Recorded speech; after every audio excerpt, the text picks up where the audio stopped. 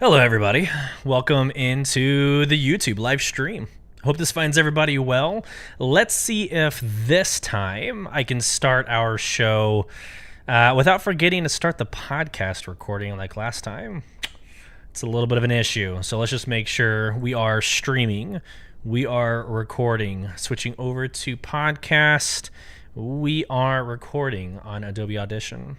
Fantastic. We're ready to get started. No reason to delay. We have a lot to talk about. Let's get in it. Let's go. You are listening to Beyond the Verse, a Star Citizen podcast. A show dedicated to Cloud Imperium Games, Star Citizen, and Squadron 42. Whether you fight, explore, unite, and or trade, we bring you news, updates, interviews, reviews, and analysis. So sit back, relax, grab yourself a pour of Radegast, and join us as we go beyond the verse. Launch sequence activated.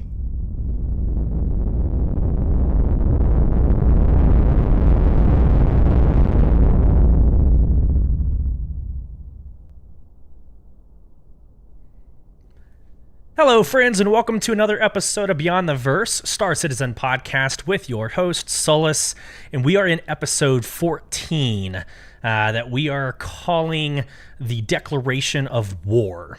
Yeah, we are finally getting into the Squadron 42 lore deep dive. This will be part one of a multi-part series, so stay tuned to the end of this podcast, or towards the end of the podcast, and we're going to start getting into the Vandal War, the declaration of the war itself, and where we go from here. There's a lot to talk about today. A lot of in-game personal experiences, not necessarily groundbreaking news, which I feel like that's a first in the last several weeks. But quickly, since last Friday, we have a CitizenCon drop with the prices also released. So that'll be something we want to react to.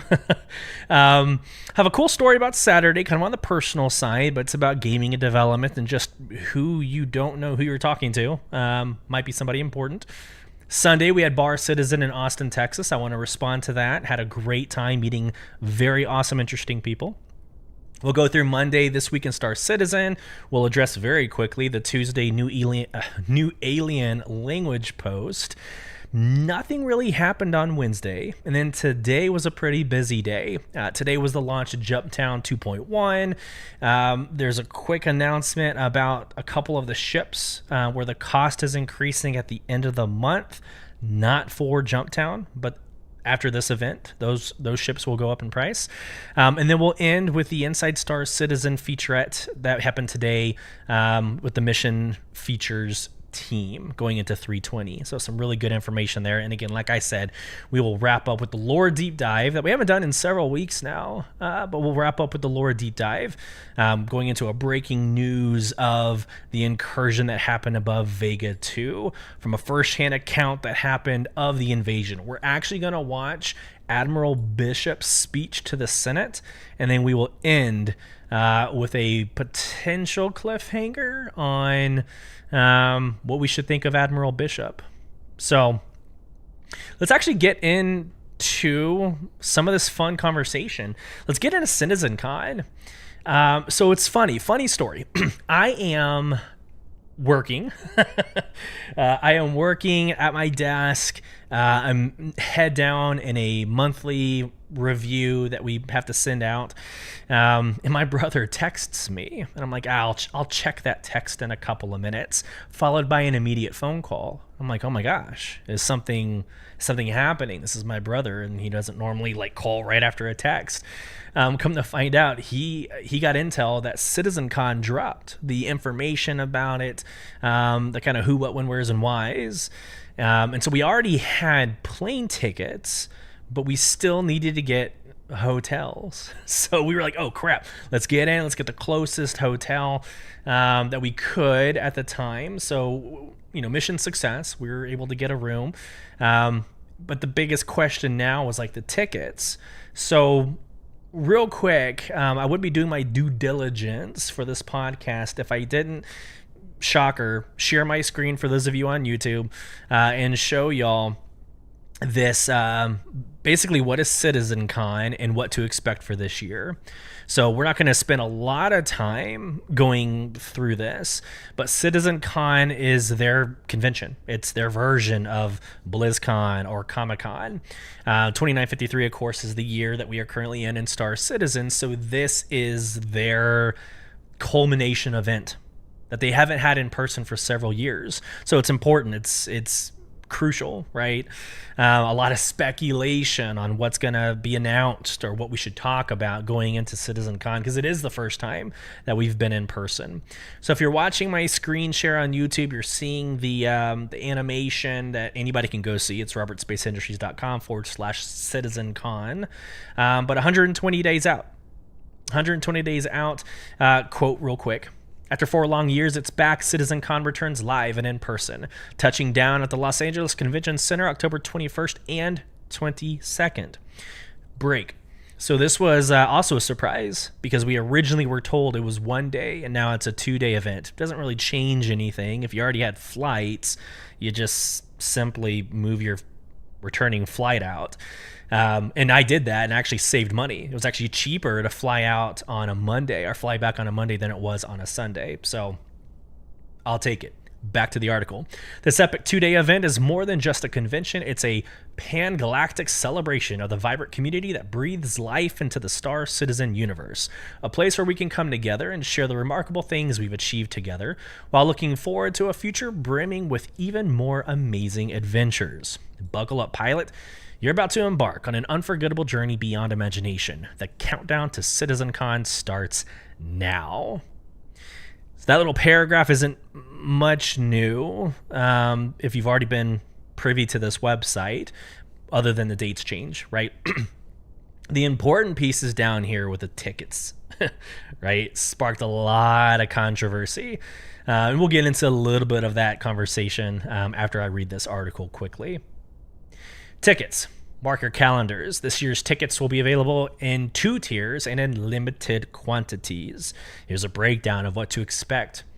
CitizenCon 2953 access ticket. Your ticket to both days of CitizenCon also gets you exclusive swag, both physical and digital. CitizenCon 2953 Premium Experience ticket. This extremely limited upgrade adds VIP perks to your CitizenCon ticket with access to an exclusive after party on Sunday night and more. Break. That sounds fun. I would be interested to see who they bring there. Usually after parties include celebrities. At least the Twitch cons that I've been a part of and other conventions that I have been a part of, usually an after party includes individuals. So that might be very interesting to find more information about. Back to the article. Both tickets are available in limited quantities, so don't wait too long to get your hands on these coveted tickets. Starting on June 28th, that's next Wednesday. Early access will open exclusively for concierge and subscribers. The following day, June 29th, general sales open to the public. So June 28th, you see the early access wave schedule in the 3 waves. You can see it on the screen. And then June 29th, general sale wave schedule, wave 1, 2, and 3. Basically, it says 1600 UTC, 0100 UTC, and 0800 UTC. If you're in Central, just -5, right? So 1600 UTC is 1100 UTC, or 1100 Central. All right, so there you go. I just educated you on this podcast. Here is the controversy. Now, I don't necessarily buy into the controversy, but it's my due diligence to tell you what everybody's talking about. So there's, first off, the concierge and subscriber dynamic. There are some concierge members that are upset that subscribers also get the early access perk and the concierge members don't get the additional couple of days. Now, I'm a Praetorian concierge member. You can Google what the hell that means. But there's a reason why I'm saying that. I don't care. I don't care. Subscribers spend $10 a month to be a subscriber, and I have spent several dollars on being a concierge member. Do I deserve to get tickets before somebody else? I don't know if I care enough really to have an opinion on that. I will be doing the F5 War the same time everybody else will, and I am sure I will be fine. I'm sure at the very least I will get a general access ticket. I'm not really upset about it, but there is conversation going on socials as maybe concierge should have 2 days early access, whereas subscribers only have the 1 day early access. Don't care, but that is the conversation that's happening.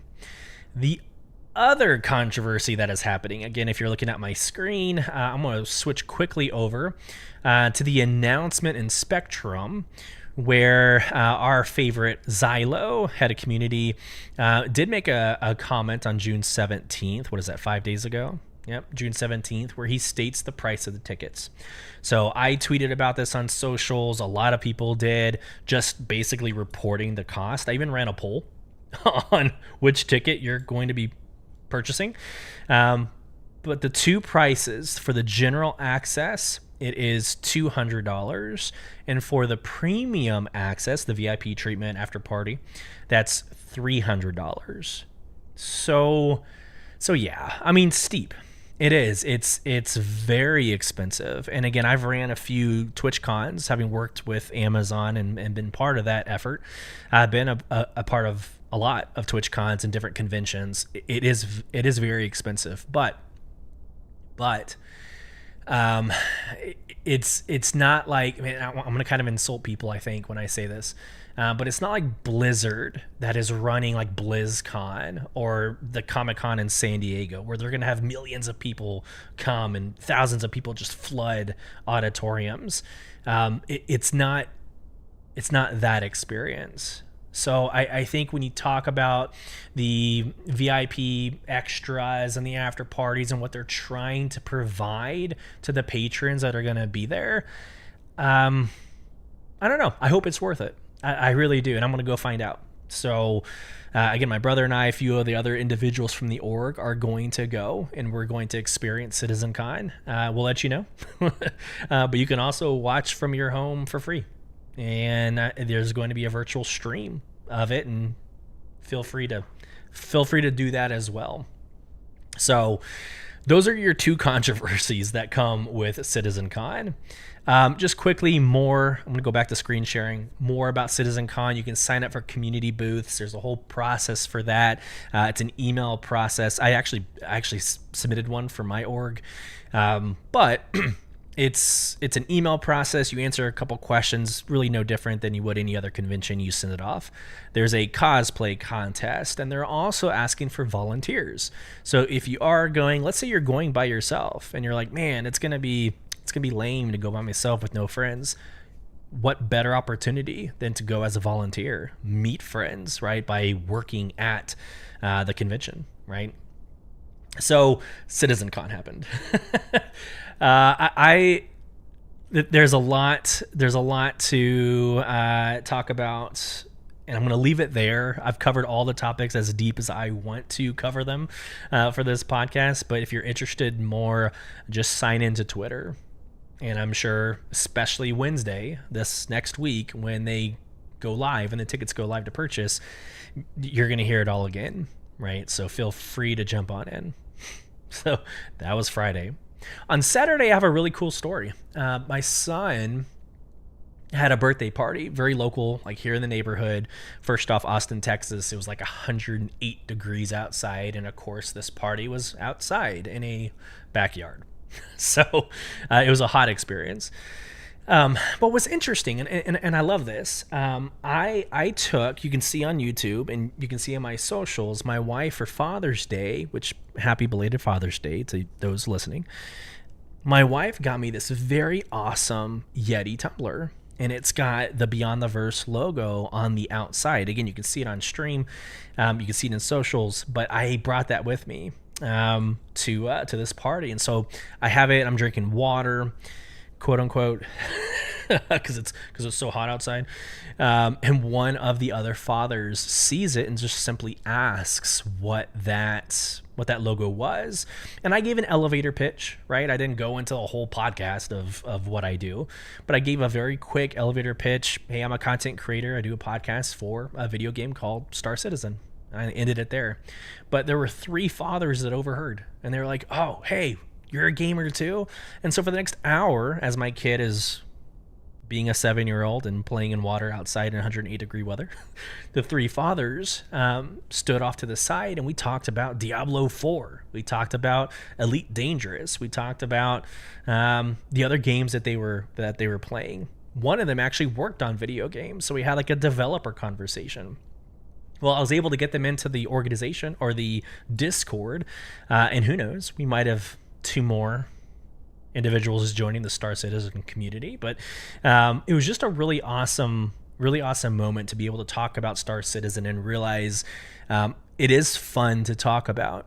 Now, at the same time, this is my own personal obstacle, my own personal problem, is I know how 318 went.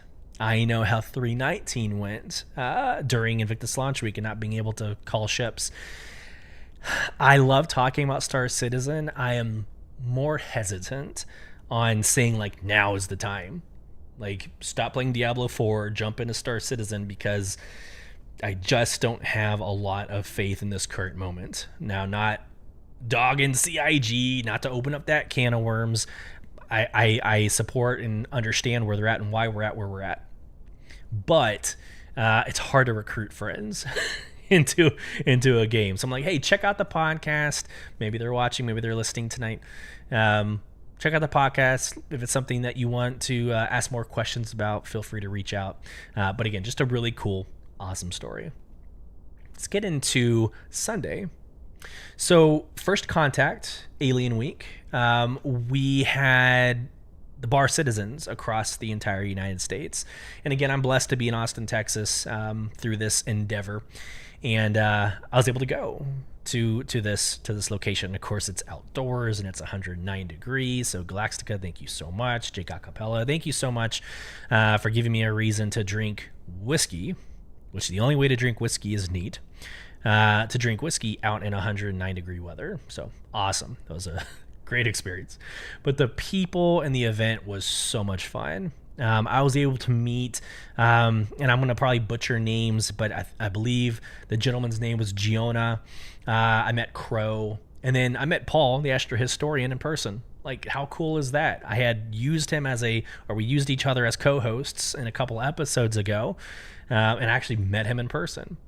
Crow is a partner for Elite Dangerous, and we had a really awesome conversation about Elite Dangerous versus, and I say that in quotes because it's not one versus the other, but Elite Dangerous now it compares to Star Citizen. Giona is like a former content creator. He's taken a break or is retired from it, but just a really, really awesome conversation between a lot of us content creators. Just a really good experience. But again, being able to sit down with Jake and being able to sit down with Galactica, having met them earlier last year in San Antonio, it was a lot of fun. We did get issued cards for the Banu Tholo. So last episode, I surmised that you had to go to a BarCitizen to get the Banu Tholo, and sure enough, as you can see, let me see, I have to switch over to my camera to make sure it works. You can see this card that I'm now showing up on YouTube. You get one of these. It has, a code on the back that you can put into the pledge store. But yeah, it is basically an 8-ball fidget spinner. Legit. And if you're interested to see what it is and what it looks like in game, go on over to my TikTok or my Twitch or Instagram, Beyond the Verse or Star Citizen BTV, and you can watch a video that I created that shows it. But it literally is a fidget spinner, and once it's done spinning, it tells you your fortune or the answer to your question. It's cool. It's like the Banu replica box that was kind of around last year. It's FPS item, hangs around your hanger, but it's just something to have that a lot of people won't have. So very cool. Had a great time in BarCitizen. I will say, funny story. I was amped up. I was ready to go. The first question was, who can name the alien races? And I'm like, I got this. I run a podcast. We talk lore all the time. So I raised my hand, and my dumbass said, Banu, Vandal, Tavarin, Xi'an. That's good, right? It's the 4 now. No, there's 6. There's 6. And had I watched all of Friday's narrative interview, I would have been reminded of the Hadatians and of the Karthik. I would have been reminded of those two and completely screwed that one up. So I missed my chance to get a physical edition of JumpTown Volume 3. So that sucks. But you know who did get a physical copy of JumpTown Volume 3? Paul from the Astro Historian. So you win again. You win again. Let's move on. Let's actually get into this week in Star Citizen. Sharing screen. All right, so here we go. So more of the cartoonish, bright colors representing Alien Week. I will say this one last time. When I hear aliens, I think Vandal staking a spear through a human's face. I don't see rainbow colors, but hey, it is what it is. Let's keep going. All right. Last week we released a big info drop on CitizenCon 2953. Blah blah blah. We just covered all that. Fantastic. Last week we also saw the release of Star Citizen Alpha 3.19.1, which was supposed to fix a variety of issues. Quote, however, the team is aware and monitoring a number of ongoing known issues, such as, here we go, ASOP terminals not consistently functioning. This goes back to what I was saying about, let's talk about Star Citizen to raise awareness and get people interested, but I'm still I need a solid state before I really start bringing in my friends. ASOP terminals still suck. All right, back to the article. One of the big highlights of last week was the kickoff of this year's Alien Week. Yep, there's a Banu commercial. We talked about it. International BarCitizen Weekend. We talked about it. First Contact Day. Talked about it. Let's see what's going on this week. Alien Week continues. This Tuesday, they publish an alien language post, which I normally try to do, but I have not had time. Work has been killing me. All right. Thursday welcomes another round of JumpTown 2.1 for those looking to clash. In addition, we'll welcome a new episode of Inside Star Citizen focusing on the mission feature team's exciting work for Alpha 320 and beyond. On Friday, this is tomorrow if you're listening to this podcast. On Friday, Star Citizen Live returns with a game dev episode about production with lead producer Jake Ross, and you'll also find our weekly RSI newsletter directly delivered to your inbox. In addition, the BarCitizen World Tour continues with a few notable upcoming events. Members of the team are currently traveling to Shanghai, which I think I saw socials from Tyler. I want to say he's been at Shanghai, but all right, for the largest community organized event to date, over 1,500 attendees, followed by a BarCitizen stop in Hong Kong and South Korea, and many more to come throughout the remainder of the year. Plus, the Show Us Your Color Celebration 2023 continues, so if you're going to participate in that, go for it. Have a stellar week in the rest of the verse. So I would call this a fairly light week, which makes sense. We're still in the middle of Alien Week. Well, actually, as of today, it's ending. This is the end of Alien Week as of today. No, it's not. I'm looking at the schedule, and it looks like it's still going on Friday, Saturday, and Sunday. Interesting. I actually don't know when it ends. So, hold on. I'm doing this live. So, a week is defined by 7 days. It went live last Thursday. So, by definition, it should be done today. So, I don't know. I don't know what's happening anymore. I quit. All right, let's go to Tuesday. All right, so Tuesday, we had the language transmission from the Banu that came across. You can go in the comms link and find it and translate it yourself. I normally try to do it, but Amazon's been kicking my ass in the last couple of weeks. We're looking into Q2, Q3 progression, etc. This is not a podcast about work, but I have not been able to do it. So let's go into screen share. We're not doing this live. I'm going to show you what it looks like. So here we go. Begin transmission, and there's a bunch of Banu on here. Now, if you follow our socials, I think I only did it on Twitter, but I linked some of the Star Citizen tools at starcitizen.tools website. I linked some of their translation pages. You should be able to go in and do it pretty quickly. Normally, you can come down here to the feedback and somebody has already deciphered it. However, nothing is consistent. There's a couple of guesses and there's a couple of jokes. I would not trust anything in the feedback section.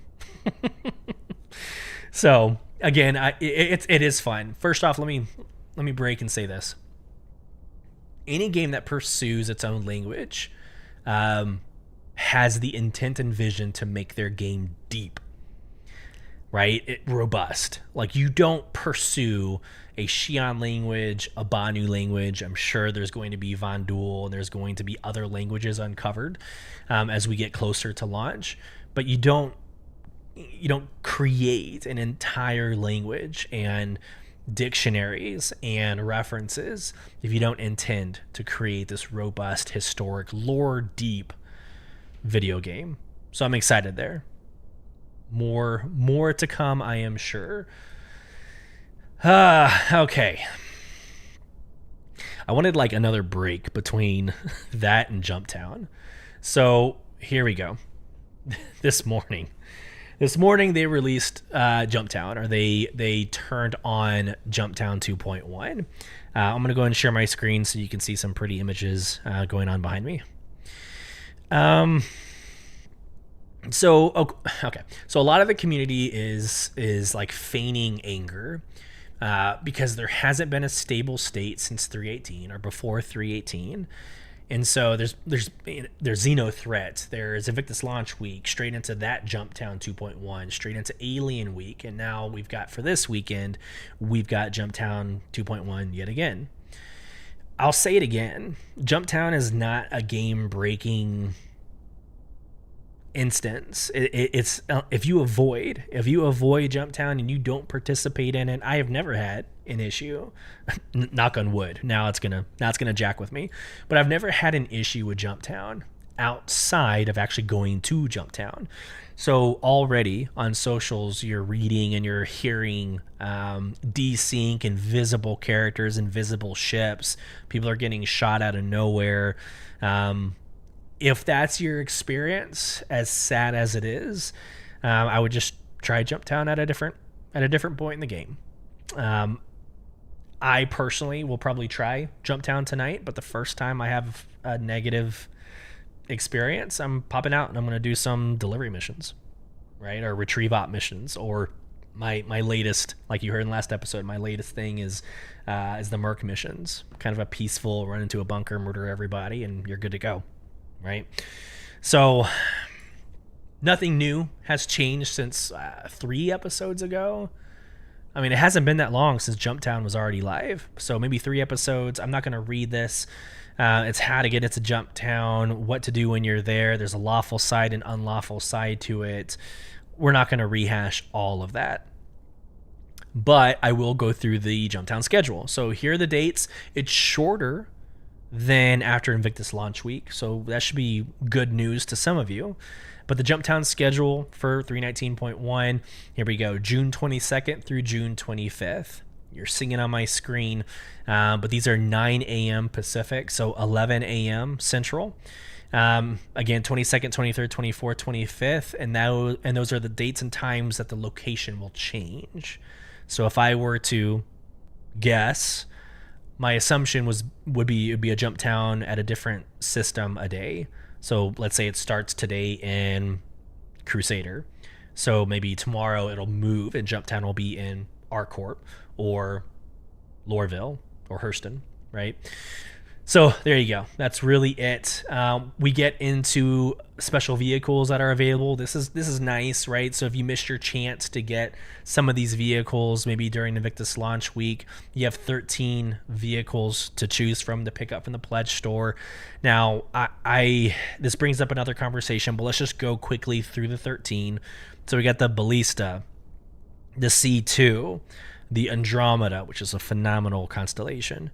You have the Cuddy Black, which I actually would have preferred the Cutlass Red. That's kind of a better drop ship. That's a better ship, in my opinion, to roll into JumpTown. The Gladius, the Mercury or MSR, the Nova, which I had originally said, let me correct on the record, a couple episodes ago, I thought this was still in concept. It's clearly drivable, right? Flight ready. It's clearly in game and you can fly it or drive it. So there we go. Nova, the Prowler, which that was going to be available anyways because it's Alien Week. The Redeemer, a solid multi-crew gunship. That is one of my favorite multi-crew gunships. It's a lot of firepower. The Ursa, the Valkyrie, which, my opinion, it's the best dropship. That's going to be your best dropship. Most HP, most firepower, go for it. The Hoplite, which is like the worst dropship. I'll go into my whys later. I don't think I don't want this podcast to really ever be about min-maxing. I don't want it to ever be about meta. There are better content creators that do that. The Hoplite's a joke in my opinion. All right, so the Warden, pretty good, and then back to the Ballista. So what I wanted to show you, and I'm still screen sharing, what I wanted to show you was there was an announcement earlier in the year that said that 3 ships were going to increase in cost, right? So the Avenger Titan, the Cutlass Black, and the Vanguard Hoplite. Many have asked, I'm going to the article, quote, many have asked if we plan to make the ships available for a last chance before the price is updated, and we would like to confirm that we will as part of the JumpTown 2.1 event this week. So this is the last time to get the Titan, the Cutlass Black, and the Hoplite at the original prices. Okay?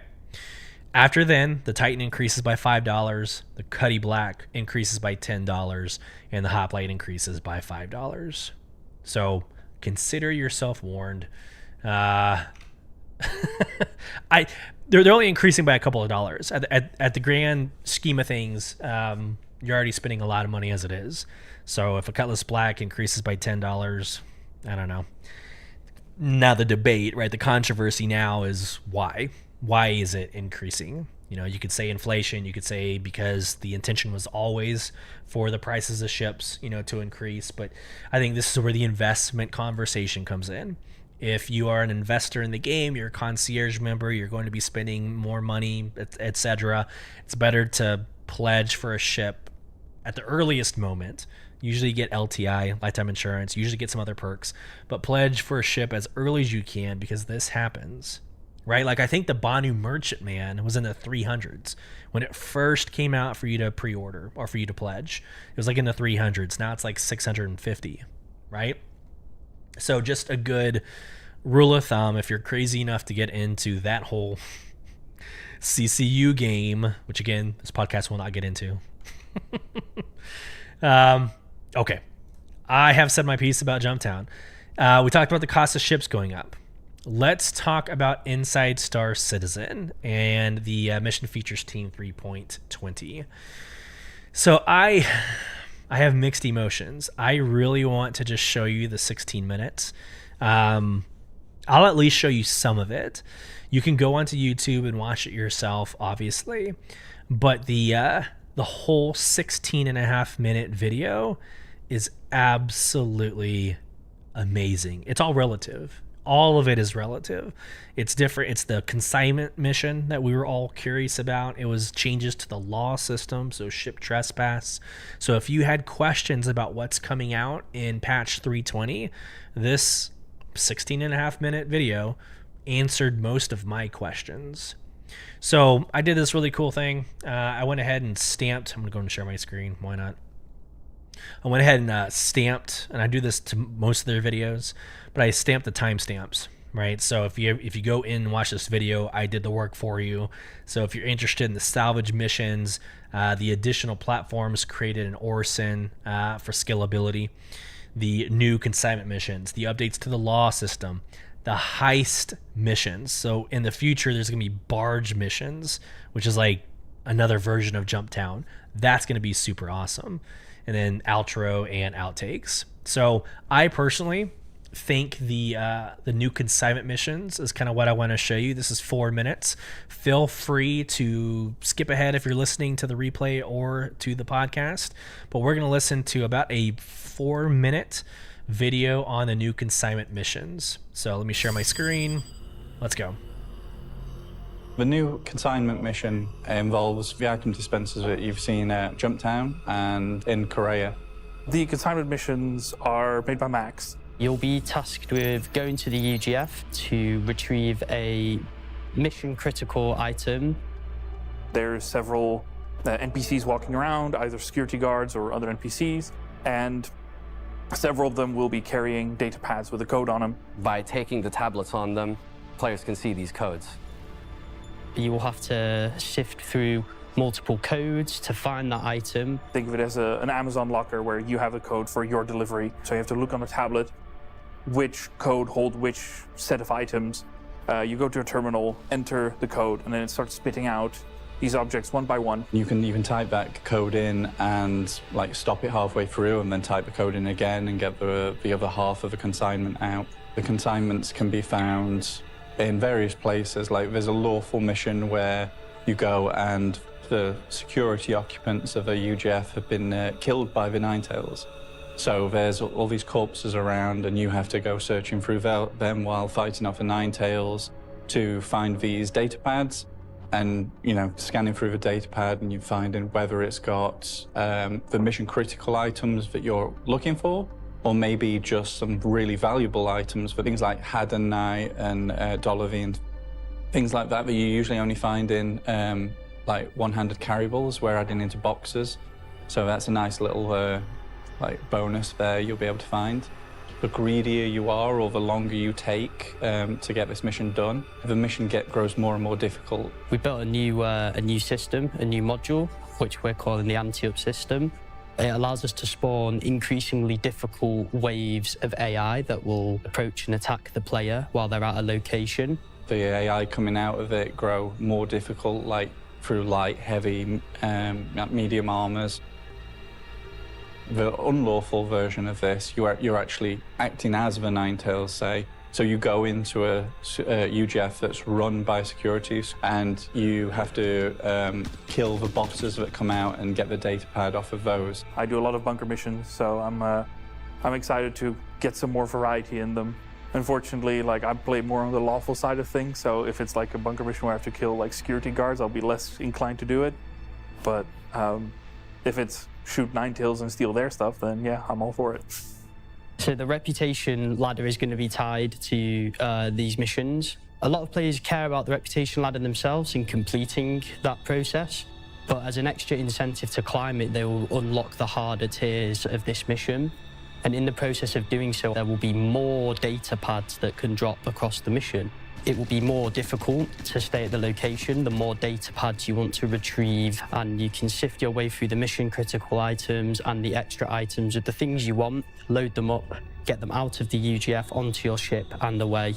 So it's going to be all about how much players want to go for the extra bonus loot, whether it's worth the risk of staying if they are low on ammo or are being overwhelmed, or if they have enough friends to bring to them to the location, which versions of the mission that they do. So I think it's going to be really interesting, and it gives players the opportunity to do missions at their own pace and, you know, remain at the location as long as possible as the risk increases. So there you go. I love it. I absolutely love the idea. Like I said, mercenary missions are my thing. I love going to the bunkers. We talked about it kind of in the last episode where I like the idea of dropping a click away and driving a ship in and kind of role playing in that sense. And this unlocks another version. And it's fun to see the different ways that they're thinking about making those missions intricate. Right? What else can they do? There's data pads, right? Like you're going to loot a body, you're going to search a body and find a data pad, and that might be your Amazon code and it might not be. First off, I absolutely love that they mentioned the Amazon locker box. You're talking to one of the regional managers that invented that. So, anyways, I digress. So, it's just really cool. And there's more to that video that I think is applicable. There's the barge mission, I think is amazing. It's this idea that you're going to go into, I'm going to call it a warehouse, and you're going to see all these different branded Connexes, or, you know, the 18-wheeler boxes, trailers. And you're going to search those for loot, and a Kovalex box is going to have something different from, you know, Red Hall or Red... I forgot which brand that was, but all the different versions or merchants or vendors. So I think there's some really exciting, realistic updates coming to some of what we're doing. So there we go. So watch Inside Star Citizen mission features. It is a phenomenal 16 and a half minutes. I think I've repeated myself enough for this podcast. So, all right. Without further ado, we are 20 minutes left in the podcast, enough time for us to cover the entry into Squadron 42. So let's go ahead and play our little soundbite, and we will get into our lore deep dive for today.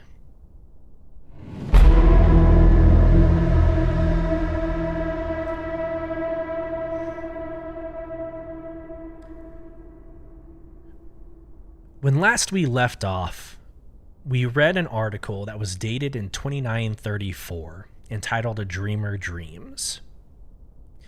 This was one of the last articles we read in that episode a few episodes ago. But I'm going to reread it because I think it sets the stage. About 300 years ago, when the Battle of the Centauri occurred, we got our first true glimpse of Squadron 42. They feigned retreat, and Squadron 42 came out of a flanked position and took out the enemy. And so they created this amazing following and this reputation of being a bunch of kind of rule breakers. They do their own thing. You might want to call them like the special forces. And I say that being an operator from the SF. They kind of abide by their own jurisdiction, right? Their own legal system.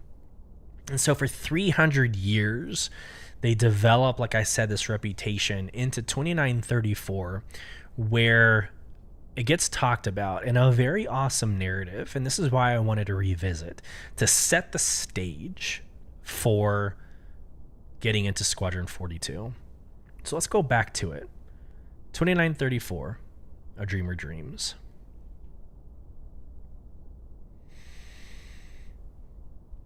This is an ebook report from a 5th grader entitled Burning Sky, a Squadron 42 adventure.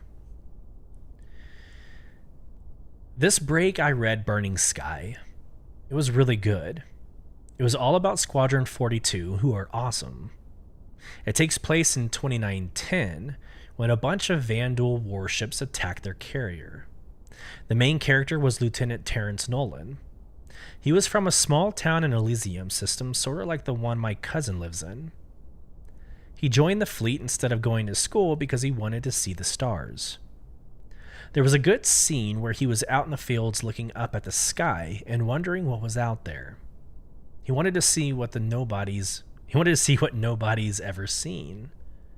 That was a cool idea. Like, are there whole groups of aliens that we haven't met? I never thought of that. See, when I'm a pilot, I just want to see a nebula, a big one. I think that would be max. After flight school, Lieutenant Terrence Nolan went to the eastern sectors. He was part of a patrol wing along the Xi'an border. He was pretty bored because nothing really happened. Then one shift, he saw a small transport ship getting chased by pirates. Even though there were like 4 pirates and Lieutenant Nolan was alone, he attacked. It was crazy and his ship was getting all shot up, but he got like 3 of the pirates before the other pilots showed up. And he saved the transport. After that, he got congratulated, then lectured by his commander. He was mad because it was stupid for him to take on 4 pirates on his own. That was how he got drafted into Squadron 42. They liked that kind of stupid. Lieutenant Nolan gets transferred back to the Western Systems. Now he's part of the squadron. While the rest of the fleet runs from the Vandal, they go looking for a fight. They're like the only thing standing between our system and a bunch of raiders. Their commander is this smart, tough lady named Aria Riley. She's been like fighting her whole life ever since her town was burned down by raiders. Their carrier was heading past the settlement systems into unclaimed space. They were hunting. After like 2 weeks on the carrier, it seemed like no one liked Lieutenant Nolan. They all thought he was a wimp. But then the next morning, their ship got ambushed by a bunch of Vandal scythes. Like 100 of them. Lieutenant Nolan and the other pilots jumped in their ships and blasted off to fight them. The battle lasted 6 hours. The fighters twisted through space trying to blow each other up while the carrier battled a Vandal destroyer that was lying in wait. It looked like they were going to lose, but then Lieutenant Nolan took command of the pilots that were still alive and fought back even harder. They didn't give up no matter what. Reading this book was really fun. It was a little boring before the battles, but I'm glad I stuck with it. My dad says that he remembered when this happened back when he was a kid. He loves the 42nd Squadron too. He says he's got a bunch of other to transmit to me. I hope that I am just like Lieutenant Nolan when I become a pilot. I think everybody should read this. That's my report. I personally see this as kind of the American version of like the Rangers. It's everybody knows who the Rangers are, right? You see the tab if you're Ranger qualified. You see the scroll if you're part of one of the regiments, right? But you grew up, you want to be an airborne Ranger. That's what everybody wants. I feel like in this moment, the human race sees Squadron 42 as this tip of the spear, right? They're going to be the front line of defense and offense in this battle. So that's what I get from this book report from a 5th grader. If a 5th grader knows about a fighting regiment, it's probably something pretty massive. So let's get into new material. So that was 2934. Let's go to the year 2945. This article is called Empire Report, the Vandal Attack. Sharing my screen. Breaking news. We interrupt your Spectrum programming for urgent breaking news. We have just learned of a major Vandal raid in the Vegas system. Details are still coming in, but we've received early comms indicating that the Navy border fleet is currently engaged with a massive Vandal force outside of Aramis's orbit. No firm word yet on what could be the heavy military and civilian losses. To repeat, there has been a large-scale Vandal incursion into the Vega system directly above Vega 2. Not much is known at the moment. We have been trying to establish contact with our local affiliate, but have had no success so far. We suspect that the array grid has been severely damaged in the fight. We have just gotten word that Imperial officials at the NFSC are requesting that everyone hold off on trying to contact friends and loved ones in Vega at the moment, in order to keep comm relays free for emergency communication. This may hamper the flow of information out of the system beyond official channels, but we will keep working to learn as much as we can. Our thoughts and hopes go out to all those in Vega and the brave starmen fighting there. Stay tuned for more details as they arrive. This has been Beck Russum with the Empire Report. And this was the beginning of October. I believe the dates, if you do the math with some other articles, it's like October 5th of 2945. Kind of a scary moment. If you're into role playing and you believe in kind of putting yourself in the shoes of the player, I can see Squadron 42, the video game, opening up in something like this. You either see the Vandal raid that happened in October, or maybe you're the character and you're watching this flash across your screen, kind of like The Last of Us, right? Like the video game Last of Us, whenever you first launch the game and you see the news. I can kind of see it starting out that way. But yeah, that's got to be gut-wrenching to have a threat. I mean, we read about this. We've heard about this on this podcast for 300 plus years. There has been risk involved with all 4 of those alien races. And to finally hear that something went down in the Vegas system, that's got to be gut-wrenching for the human race. Let's get into our third article of the night. The next day, so this is October 6th, 2945. Article's called Aramis Post, New Corvo in Ruins. Sharing my screen.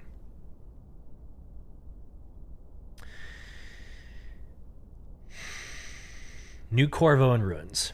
A music festival was just getting started in Beecher Park. The air was surprisingly cool despite being well into the summer months. Workers in New Corvo were heading back to work after lunch. I had dropped my family off at Carrying Station. It was my father-in-law's birthday in Astilia, and they were heading up early to surprise him. I was supposed to follow later in the day. Walking back to the Aramis post offices along bustling streets, a dull noise cut through the din of the city. All around me, Moby Glass began to flash with an emergency warning. I hadn't seen one of these in a while. It was a basic non-flight advisory and said details were pending. I had started to move on when this old civil defense sirens began. Their sound echoed off the tall buildings along McElroy Street. Instinctively, my head turned toward the sky. Next thing I knew, I opened my eyes to find the city awash in flame and smoke. A body, charred beyond recognition, stared vacantly at me.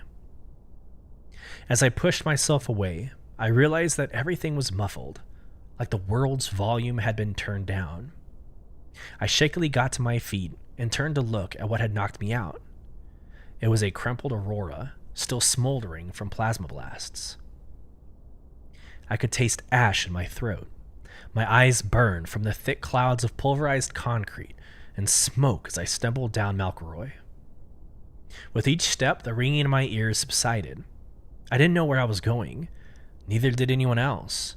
We were scattered, crazed, scared. The skies were filled with vandal. Local law enforcement and private civilians were battling above the city while others tried to flee. From the shouts of people on their Mobies, it wasn't just here. There were attacks all over the planet. Police units swept down the block, collecting survivors and escorting us through the collapsing buildings to a safer location. St. Eric's Hospital was already overflowing. People slumped on the floors, covered in dust and blood. Screams and sobs echoed over the shouts of medics and doctors as they struggled in the smoke to save lives.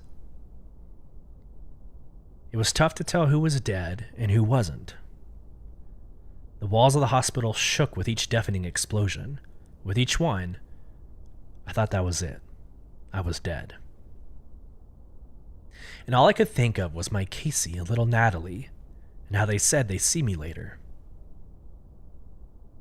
I had no medical training, but I couldn't just sit there anywhere. I set out looking for some way to help. I found an abandoned food stall. The thing was mostly empty, except for boxes and boxes of cookies. A few others saw what I was doing and helped me and grabbed what we could. Together we walked around, handling them out.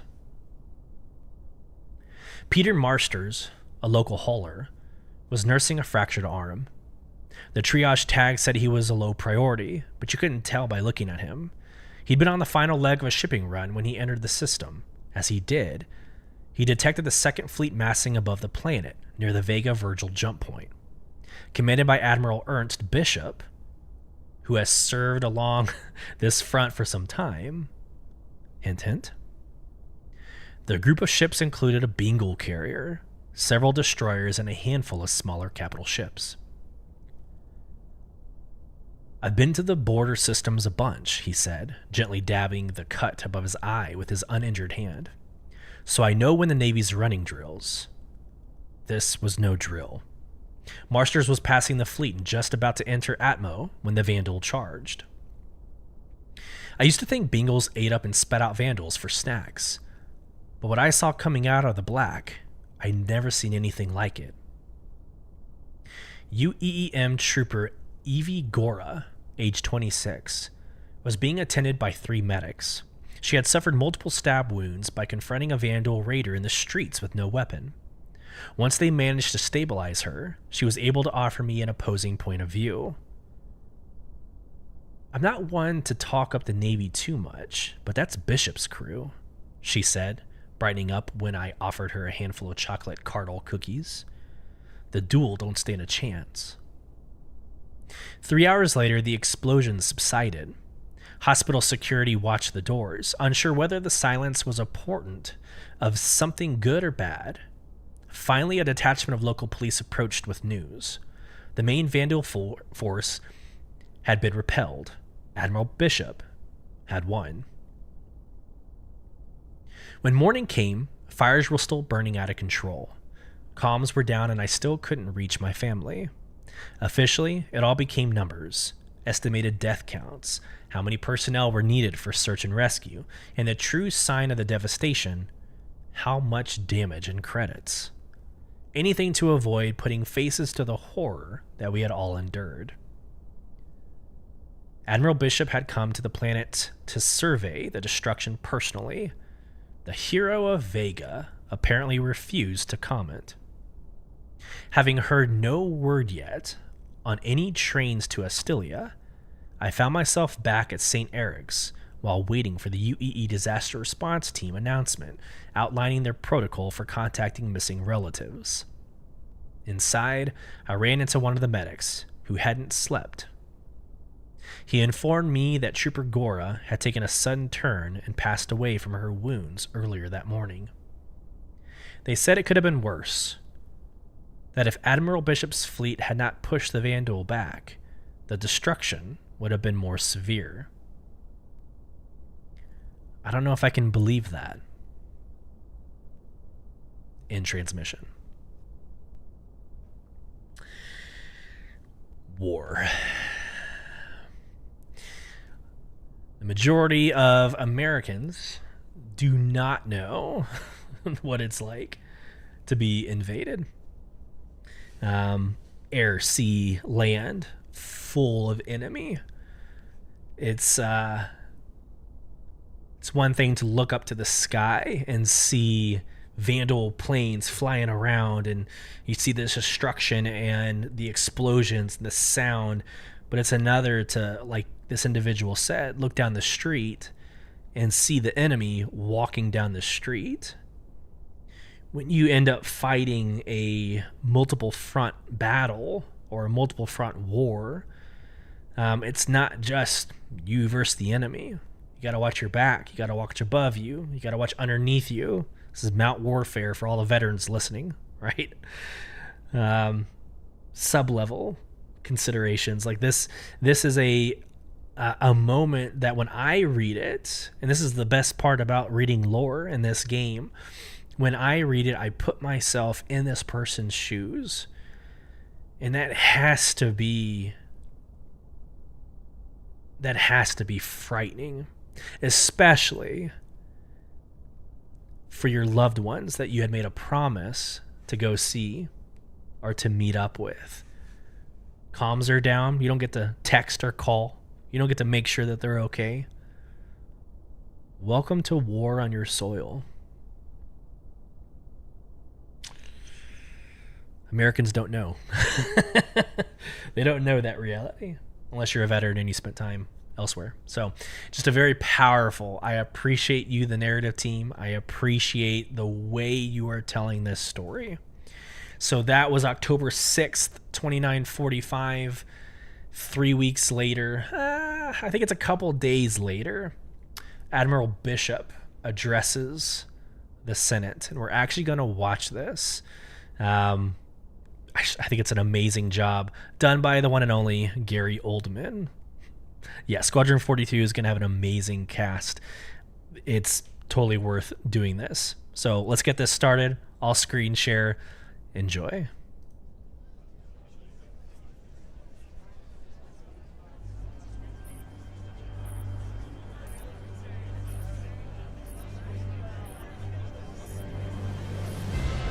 Ladies and gentlemen, this emergency session is called to order.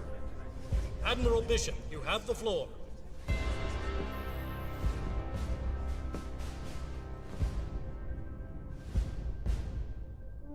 For 200 years,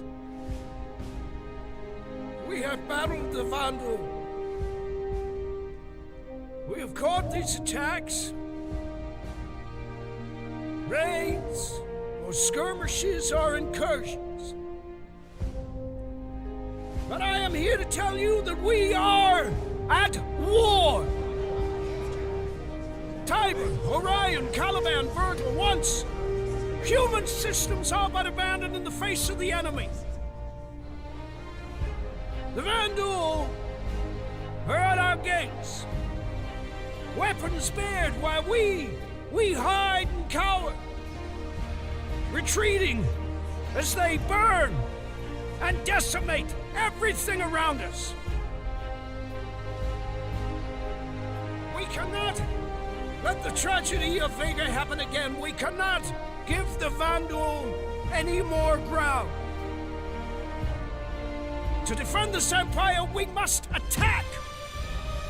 And we have to be committed to that attack, whatever the cost may be. We have to rebuild our fleet. We have to use the power of human innovation to reclaim these so-called red systems and strike back at the enemy. This will not be an easy fight. It will cost us in resources, in credits, in lives. Well, some of you may be asking why undertake such a thing, and I can tell you in one word. Victory! For if there's one thing the Vandal has taught us, it's that without victory, there can be no survival!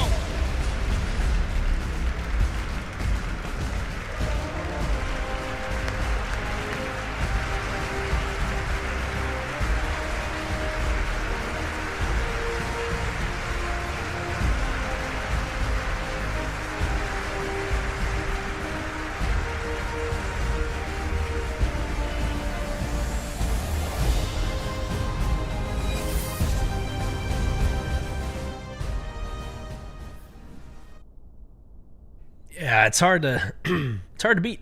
It's hard to beat a professional voice actor. As much as I love reading and narrating, yeah, you can't really beat Gary Oldman. And doesn't that character like look like Gary Oldman? Amazing, amazing. Let's end this. We are 2 minutes over. One last article.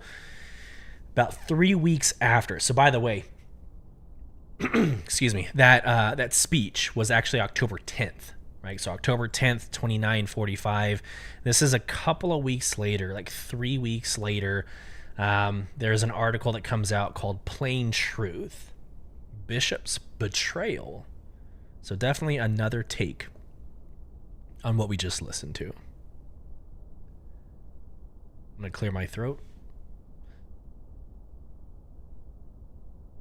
Okay. There's an old saying that history will be the judge, but I say, why wait? I'm Parker Terrell, and this is the plain truth. It has been about 3 weeks now since the verse first heard of the attack on Aramis, and I know a lot of you have been waiting to hear my take on things, been wanting to know if I'm having the same uneasy feeling and suspicions as you.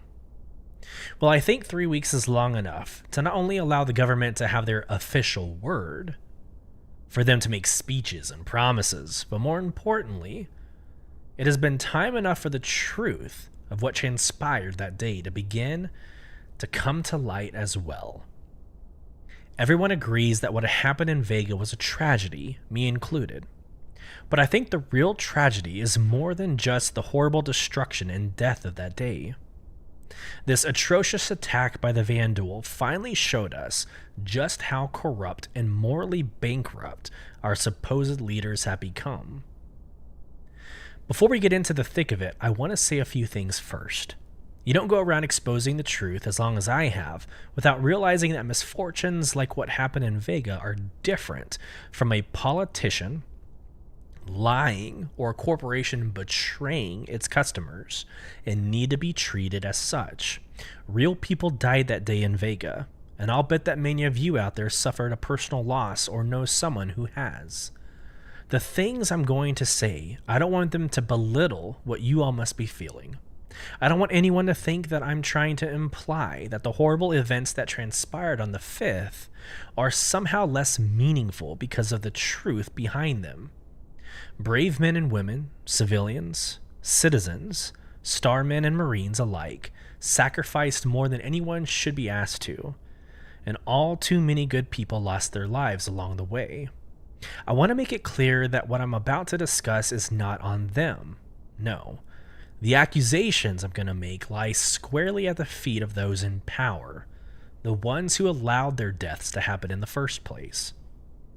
Let's look at some facts, shall we? Senator Polo does the Empire a huge favor and, for the first time in decades, if not centuries, makes an extremely admirable attempt to curtail out-of-control military spending. After being stymied by the Senate, the true power of democracy comes to bear, and the citizens of our grand political experiment will be given the final say in the matter. Now, just as the voting for this groundbreaking initiative is wrapping up, what happens? A Vanduul kingship decides to pay the poor people of Vega a visit. I find it interesting that when the Vanduul could have attacked at any time, they somehow managed to choose to launch an all-out assault in the middle of a vote that would slash the military's overly inflated budget, don't you? Especially when you take into account that it's been well over 50 years since the last time a kingship entered a human-controlled system. It seems that we've had no trouble keeping the invading clans at bay since then. So we as responsible, skeptical individuals have to ask, why now? Why Vega? Was Admiral Bishop under orders to let a Vanduul fleet through so that the military could show unequivocally that the Empire still needs to funnel them trillions of credits every year? Think about this. We know from first-hand reports that the Second Fleet was already in place near Vega 2 when the attack happened. Why would the full mass of the fleet be gathered there if they didn't expect an imminent fight? It seems that the Navy had advanced intelligence that a raid was going to happen, or as I believe, had planned for it to happen. Either way, if the Navy did know that Vanduul were on the way, why the hell weren't the people of Aramis warned of the attack earlier? Wouldn't the military want to evacuate as many people as possible? Instead, we have survivors saying that the raid sirens only went off at the last possible moment, barely giving them any time to react. Is it possible that maybe, just maybe, the military wanted the body count to be as high as possible? That high command believed the only way to ensure their budget for the next 100 years was to have enough blood spilled that every human would be rushing to give them anything they asked. It was either negligence or malfeasance that led to so many deaths on Aramis. And to be honest, I'm not sure which scares me more. Actually, I take that back. I know what scares me the most, and it's this. It is looking more and more like they are going to get exactly what they want, thanks to the death of those few million innocent people in Admiral Ernst Bishop's recent fervent plea to the Senate. I am sure that any day now we'll be hearing that our conflict with the Vanduul has been escalated to a full declaration of war. Then it won't matter if the Polo Initiative passes or not. The military will have unfettered access to a wartime budget completely separate from the normal fiduciary constraints and not part of the spending cuts outlined by the initiative. I can only imagine the next gigantic boondoggle that the Navy will leap to throw money at in the name of defending the Empire. Let's take a break here. I need a minute to calm down, and I want all of you to have the chance to reflect. The truth can sometimes be a hard pill to swallow, but it's a bitter medicine we all need to take. When we come back, Gerald Furve, a survivor of the fall of the Caliban, will join us to give his take on what happened in Vega. This is the plain truth and nothing else. In transmission. And that is it for our lore deep dive of episode 14, Declaration of War. And as we set the stage for Squadron 42, it is very clear that there is substance. There's over, 900 years, 950 years of substance, right? There's political intrigue, military discourse, there's social implications, economic implications, there's terraforming and going against what we think as humans is the best course of action. We're creating synth world to live on planets that are completely man-made. Like, there is so many directions that this game can go. And I'm talking about Squadron 42. I'm not talking about Star Citizen with the infinite sandscape or sandbox that we get to just jump in and play. I'm talking about Squadron 42, the game that'll follow Starfield. There is a lot to get excited about, and me as a lore fanatic, I'm living my best life. This has been a lot of fun, and I hope you have also found value. Again, this is part 1. We just set the stage. There's a lot to uncover, a lot of people to get into. It's going to be fun to profile the next several people, places, events. And you can find all of it here in Beyond the Verse. So thank you so much. I hope this finds everybody well. Until next Thursday, safe travels in the verse, y'all. You've been listening to Beyond the Verse, Star Citizen podcast with your host, Sulyce. Join our in-game organization, Soul Provision, by applying at www.robertspaceindustriescom/orgs/provision. You can get involved in the conversation with your questions, comments, or emotional outbursts by emailing us at starcitizenbtv@gmail.com. Watch us live on Thursdays, 8 p.m. Central at youtube.com/@StarCitizenBTV, and follow the conversation over at Twitter and Instagram, both at /StarCitizenBTV. Once again, thank you for joining us. We hope this finds you well. Until next time, safe travels as you traverse Beyond the Verse.